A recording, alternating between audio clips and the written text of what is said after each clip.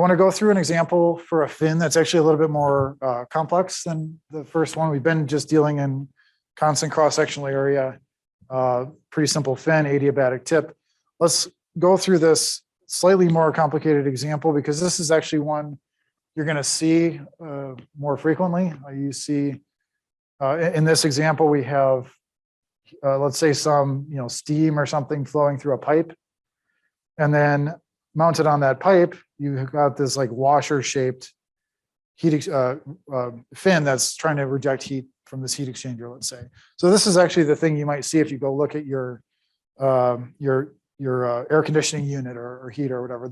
You have these tubes, these little ringed things around it, and that's the purpose of those is to reject heat, right? So let's look at this example. And the reason why I want to look at this example as well is because we get into Bessel functions. You saw that in your homework, but I think it's worth maybe talking a little bit more carefully about what those are and how they work, and not just trusting Maple to do it for you. Okay, so let's go through this example. We're going to start by doing the exact same thing we always do, right? So we come up here to our domain. First, we define our domain, right? Here's r equals 0. We're starting our domain at r equals in and going to r equals r out. This is going to be, we're going to come up with a temperature model that predicts that temperature is a function position. And we do the same thing we do. We're just going to draw our control volume. The control volume has heat going in here and leaving here. We've actually drawn it on the bottom, right? But we draw our control volume and we have to account for the fact that we have conduction and we have convection. We also want to make note that we're assuming by doing it this way, I've drawn this control volume over the entire, what do you call this coordinate here? X. Yes, this is X. So in the X direction, we've drawn the full extent of the width there, right? That's saying we're not assuming that there's any temperature or any temperature gradient in the X direction, that it's all in the R direction.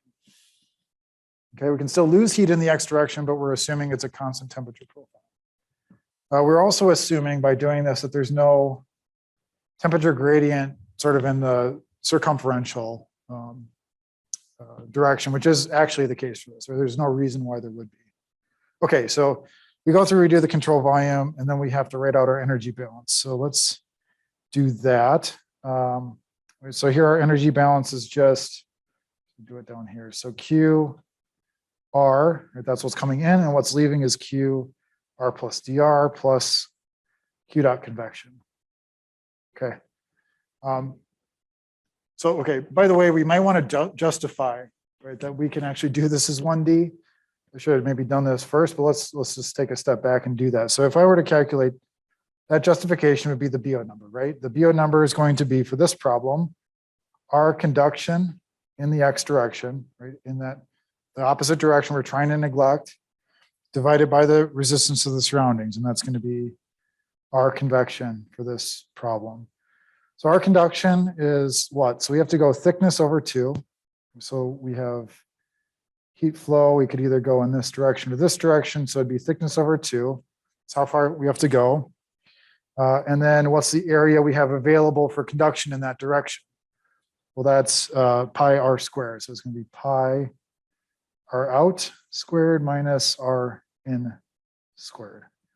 Right, so that's our conduction resistance. Our convection resistance, right, is going to be 1 over heat transfer coefficient times area. So that's pi r out squared minus r in squared.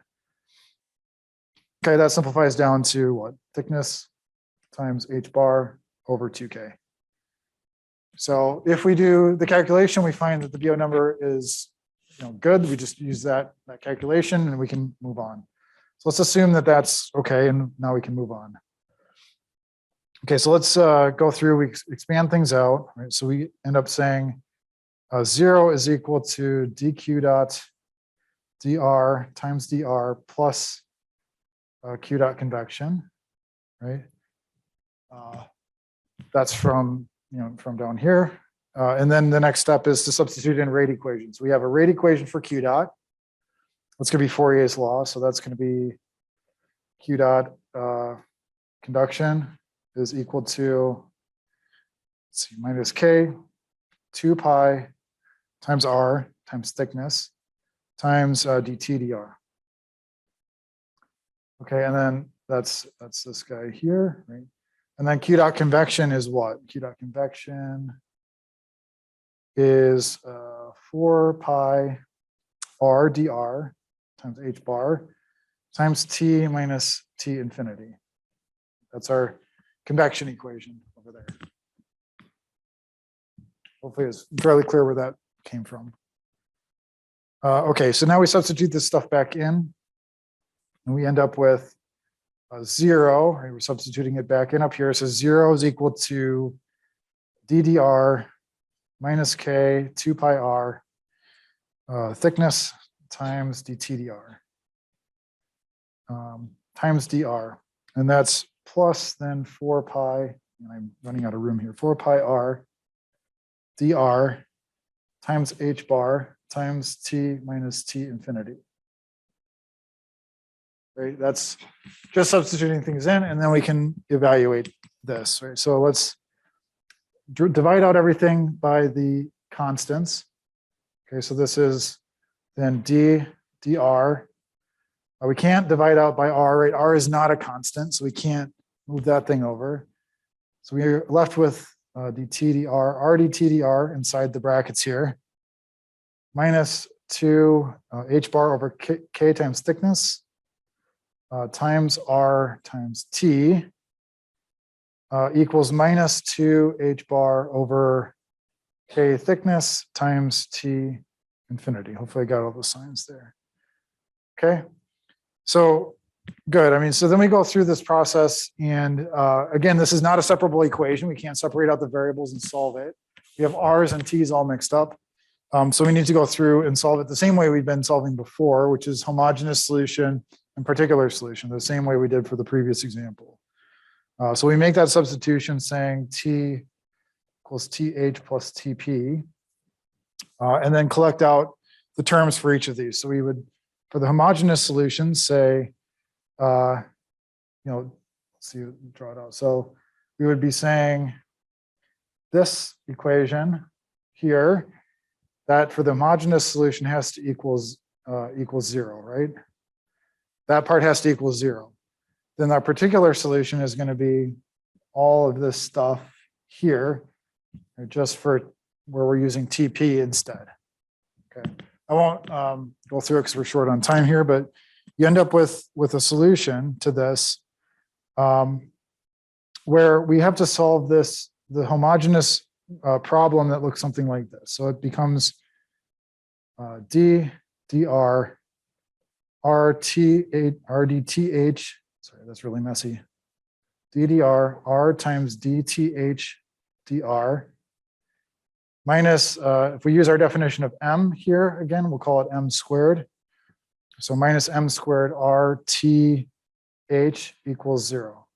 Okay, so this function is kind of not something we really know how to solve. We have r inside here, and we have r multiplying the variable in the second term as well. All right, it turns out this is actually a class of functions. It's one of a class of functions called a Bessel's function. Okay, so Bessel's functions look something like, here, let's scroll down. All right, so this should not scare you too bad. It's just a flow chart, but it's basically Bessel's function. So Bessel's function is differential of x times to some power times d of some variable with respect to x plus or minus c to c squared times x to some power s times that variable. Okay, so this is a special instance of this function. When you get to this equation that looks like this, so you recognize it as looking like this, the task is then to go through this flow chart and decide which of these solutions I'm actually going to end up with. All right, so we look in here. So let's say we start with, we start up here, right? We recognize that it's this function, and then you have to come in and do this evaluation. We say s here, this thing s, p is here. If I take s minus p plus 2, is that or is it not equal to 0? Okay, if it's equal to 0, I'm going to go this way. If it's not equal to 0, I'm going to go this way. Turns out for this class, most of the time, you're going to end up going to the left, right? To the s minus p is not equal to 0. All right, so once we do that, then you need to make an evaluation of some parameters that you use. So n, just taking these coefficients, 1 minus p, p up here, 1 minus p over s minus p plus 2. A is this, and then you need n over a as well. Okay, so then you keep moving through this, and I guess we'll pick this up next time, but basically you have to decide, am I going to end up with what looks like a Bessel I and Bessel K function, or Bessel J and Bessel Y function, and the results sort of will change depending on that. Okay, I will see you all Monday.